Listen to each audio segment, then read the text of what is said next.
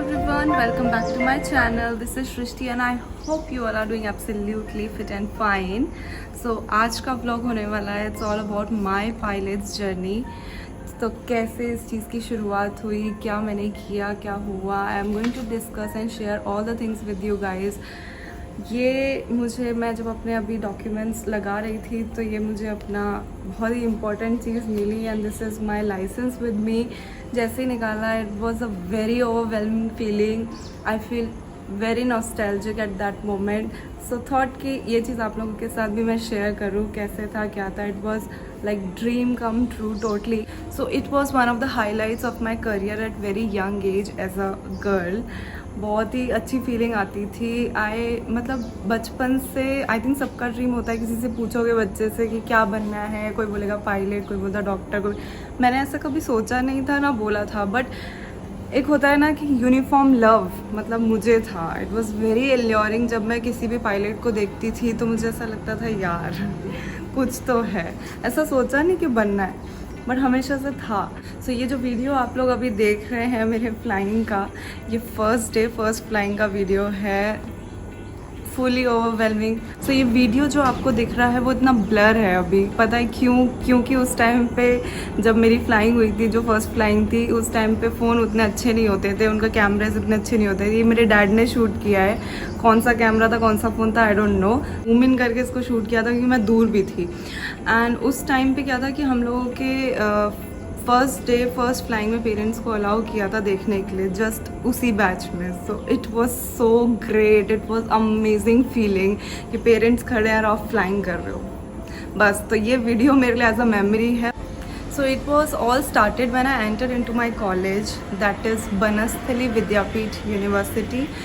राजस्थान में है ये. बहुत ही अमेजिंग एक्सपीरियंस था. सो मैं तो नॉर्मली बनस्थली विद्यापीठ में अपनी बीटेक करने के लिए गई थी. तो हम लोग ऐसे एक दिन कैंपस में वॉक कर रहे थे और हम लोगों को ऐसे ही यूनिफॉर्म में कुछ गर्ल्स वॉक करते हुए दिखी. It was so attractive. मुझे लगा कि बस उनको वहाँ रोको और पूछो कहाँ से आए हो, कहाँ से आप लोग, कहाँ है ये एविएशन क्लब. सो वो फर्स्ट पॉइंट था जहाँ से मुझे लगा कि यार मुझे एविएशन के बारे में पता करना है. मतलब there is a scope right now. पता किया तो पता चला कि बनस्थली में एविएशन क्लब है. ये भी फ्लाइंग स्कूल है. मतलब ट्रूली मुझे तो नहीं पता था. ऐसा होता है कि आप लोगों को फर्स्टली रिटन एग्ज़ाम्स के थ्रू जाना होता है. रिटन एग्ज़ाम क्यों लेते हैं, ये flying school to flying school vary करता है. कुछ लेते हैं, कुछ नहीं लेते. डिपेंड करता है कि कितने ह्यूज अमाउंट में आपके कैंडिडेट्स वहाँ पे आपके एंट्रेंस के लिए बैठ रहे हैं. ताकि DGCA से हम लोगों के लिए 5 डेज़ की क्लासेस लगी थी हम लोगों की. मतलब कुछ आवर्स की होती है, I don't remember right now. 5 days की क्लासेस थी. उस क्लासेस में हम लोगों को बताया गया था कि आपके रिटन एग्ज़ाम्स में क्या होगा, कैसे होगा, क्या कोर्स आएगा. सो हम लोग का रिटन एग्ज़ाम हो गया. सारे लोग जितने भी बैठोगे, ठीक है, उसका क्राइटेरिया होता है you have to pass like 70% आपके आने ही चाहिए. Then you are going to clear that written exam. So after written exam process होता है कि आपका क्लास 2 मेडिकल आप लोगों को क्लियर करना है. उसके बाद आप लोगों का ओरल टेस्ट होता है, दैट इज़ इंटरव्यू.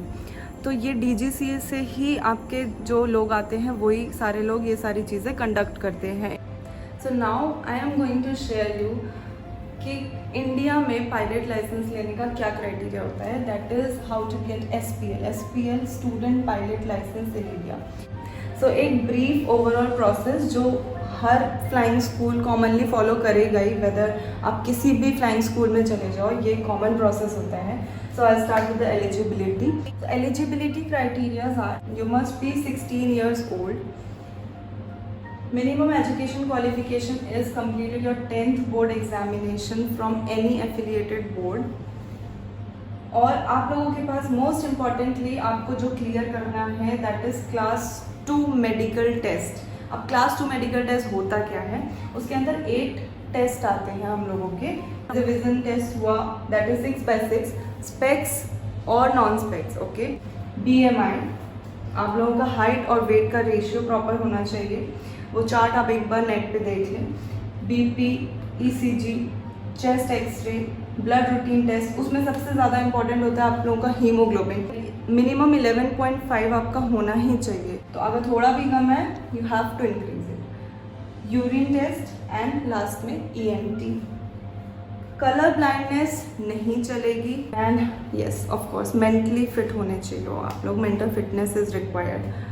सो ये आपके मेडिकल टेस्ट की रिक्वायरमेंट, आपकी मिनिमम एज हो गई और आपकी क्वालिफिकेशन, बेसिक रिक्वायरमेंट्स है, कुछ ऐसे खास नहीं है। अब आप लोग पूछेंगे कि फ़ीस कितनी होती है। सो फीस गाइस SPL के लिए तो इट्स वेरी नॉमिनल। फिर मैं वही बोलूँगी कि डिपेंड करता है आप कहाँ से कर रहे हो। It's not high like PPL और CPL, उनकी फ़ीस काफ़ी ज़्यादा होती है। ये आप लोग आराम से कर सकते हो, कोई बहुत बड़ी बात नहीं है। इट्स अप्रॉक्सीमेटली, अगर मैं आपको आइडिया दूँ तो it's like 40 to 50,000। So SPL that is student pilot licence, ये आपका फर्स्ट एग्जाम होता है। If you have a dream of becoming pilot in India, commercial pilot that is CPL, आपको सबसे पहले SPL करना होगा विच इज़ मैंडेटरी। स्किप इसको कर ही नहीं सकते। It's just like a learning licence कि आपको लर्निंग लाइसेंस चाहिए ना, ये वैसा लाइसेंस है, ठीक है। तो प्रोसेस ऐसा होता है, पहले SPL, then PPL that is private pilot licence and CPL is commercial pilot licence. Exam का जो प्रोसेस होता है, जो आपका एक ही एग्ज़ाम होता है, ओरल टेस्ट / इंटरव्यू।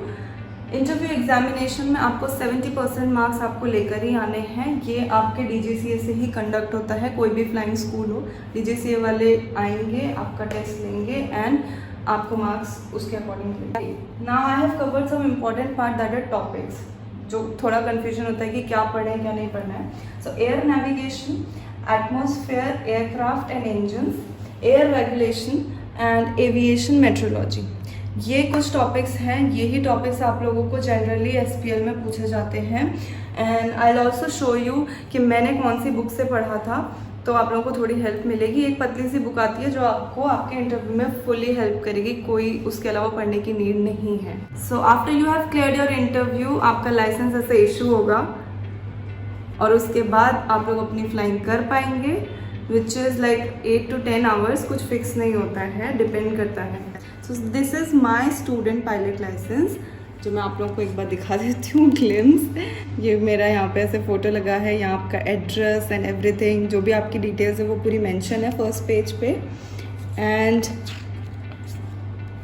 यहाँ पे आप लोगों के एयरक्राफ्ट का नाम और उसकी कैसे कैटेगरी मेंशन होती है। जैसे आपका एयरक्राफ्ट का क्या नाम है, that is Hansa 3। Medical test आपका कब तक वैलिड है, और यहाँ पे आपका पुलिस वेरिफिकेशन अगर हुआ है। So the validity of SPL is 2 years। उसके बाद आपको अपना लाइसेंस रिन्यू करना पड़ता है। अब मैंने जो एयरक्राफ्ट उड़ाया था that is Hansa 3। We were the first batch to fly Hansa. So आपकी जो फ्लाइंग होती है दैट इज़ अंडर सुपरविजन, आपके पायलट वहाँ पे बैठे रहते हैं and you are the copilot. 2 seater होता है, आपका पायलट आपके साथ होता है and at that moment you are the copilot. So पूरी सुपरविजन में होती है, आपको सोलो फ्लाइंग इसमें नहीं मिलती है, विच इज़ मोस्ट इंपॉर्टेंट।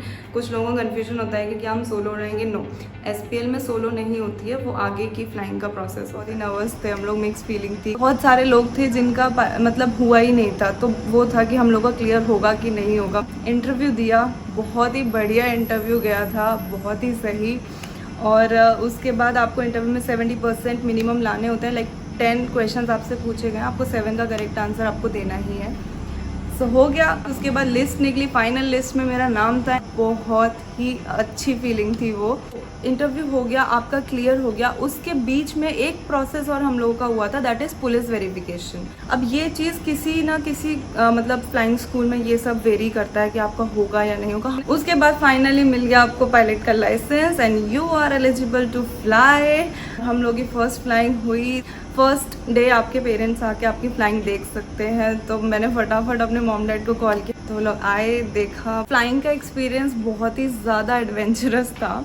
जैसे मैं गई और मेरे पायलट वहाँ पे बैठे ही थे और उन्होंने ऑफ कोर्स पहचान लिया, क्योंकि क्लासरूम जो ट्रेनिंग थी वो उन्हीं ने दी थी। तो जैसे ही बैठी उन्होंने मेरे को बोला कि ये ले लो, की ले लो आपकी, मतलब जैसे आप अपना कोई भी इंजन स्टार्ट करते हैं कार का या किसी का, तो आपको एयरक्राफ्ट की भी की होती है। तो आपको सबसे पहले उसको स्टार्ट करना है। स्टार्ट करने से पहले उसका जो पूरा कॉकपिट होता है, आपको उसमें बहुत सारे बटन्स होते हैं जिसको ऑन ऑफ करके हमें सारी चीज़ों को चेक करना होता है। अब फर्स्ट डे उन्होंने मेरे को बोल दिया कि लो स्टार्ट करो और सारी कीज़ एकदम चेक कर लो। ऐसे अभी तो कुछ सीखा भी नहीं है, बोले सब सीख कर आए हो, of course you are here for that. तो ठीक है, फिर उन्होंने सिखाया सारी चीज़ें और बहुत अच्छे से फर्स्ट फ्लाइंग करी। टोटली एडवेंचरस, बहुत अमेजिंग फीलिंग थी।